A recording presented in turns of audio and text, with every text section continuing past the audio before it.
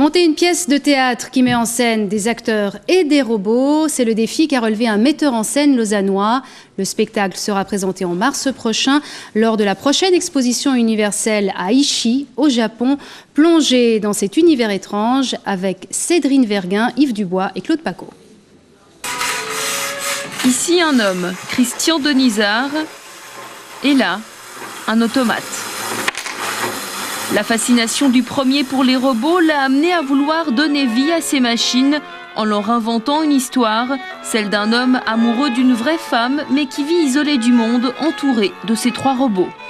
Je voulais faire effectivement un spectacle avec des robots parce qu'ils me fascinent et je pense qu'ils ont le moyen de devenir des véritables stars sur scène. Ils sont faits pour ça, je suis sûr. Des stars bien modestes. À travers ces robots, leurs créateurs parlent avant tout de chacun d'entre nous. Le robot, en fait, c'est notre miroir technologique. C'est le miroir technologique de l'homme.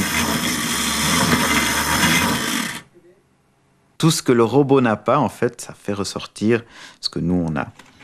Évidemment, le mouvement manque encore de fluidité. Dans 5 mois, ce prototype saura se déplacer seul sur scène à l'aide de capteurs et de caméras insérés dans ses yeux. Un défi technologique qui a son prix entre 100 et 200 000 francs par machine.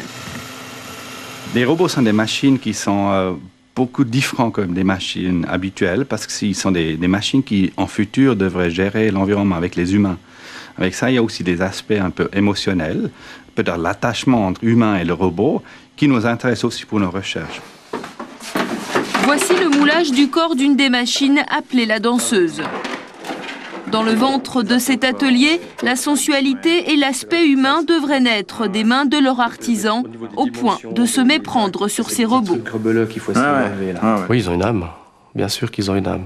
C'est surtout le soir qu'on le ressent, quoi. Quand on vient à l'atelier autour des minuit, 1h ou plus tard, dans la nuit, puis on voit juste les silhouettes à travers les fenêtres.